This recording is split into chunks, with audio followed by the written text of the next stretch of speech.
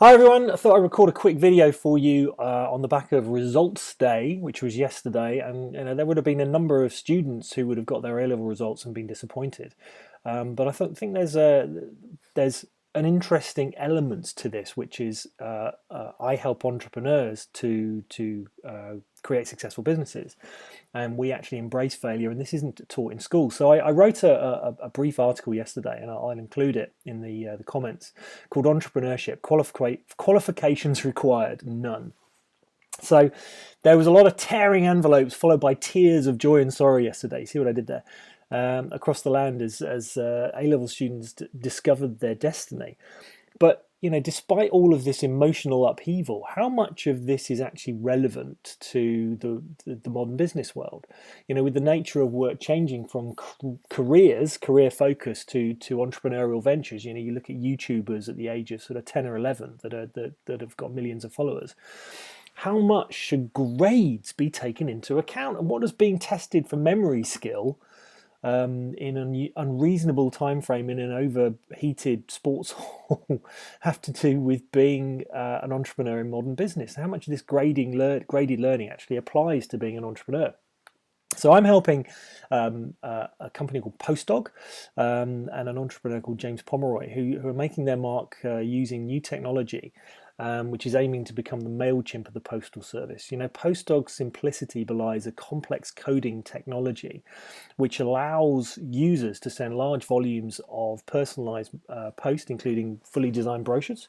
You can have any design you want on it with one click of a button instead of printing, stuffing envelopes, franking, and saving hours and hours of time for anyone, especially that has to send out large volumes of post.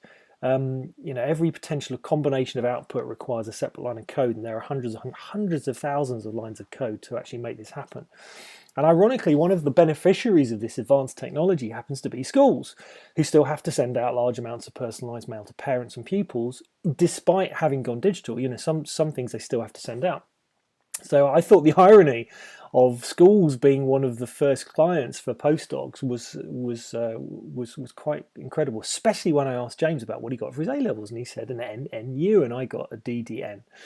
And so we failed at our A-levels. So I went on to work for Loaded and Saatchi's and had a 20-year career in marketing before helping entrepreneurs and writing books about it. James happens to be one of the world's leading IT gurus delivering solutions for Fortune 500 companies. So, he's done pretty well.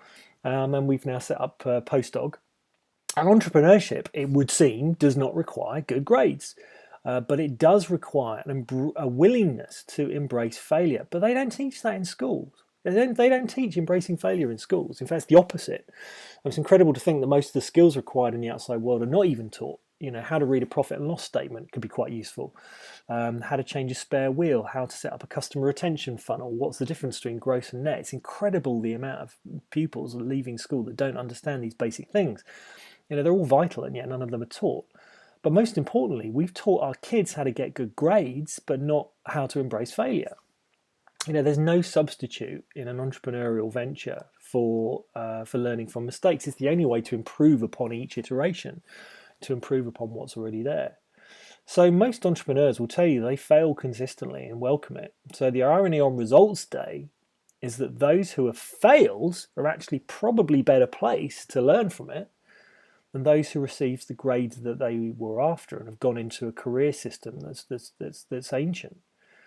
So after, it's just, I just think it's incredible that, nowadays we've got entrepreneurs that can run a business on a phone, an entire global business on a phone, and we're not teaching them how to do that.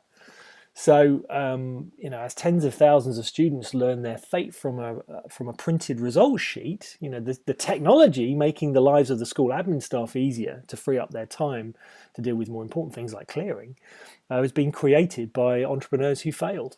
And that was what I wanted to write the article about, and I just think it's ironic. So if you were a student that didn't get what you want, learn from it. It's about the learning, and what else could you do? What could you create? What value could you create out there in the outside world that's going to benefit others?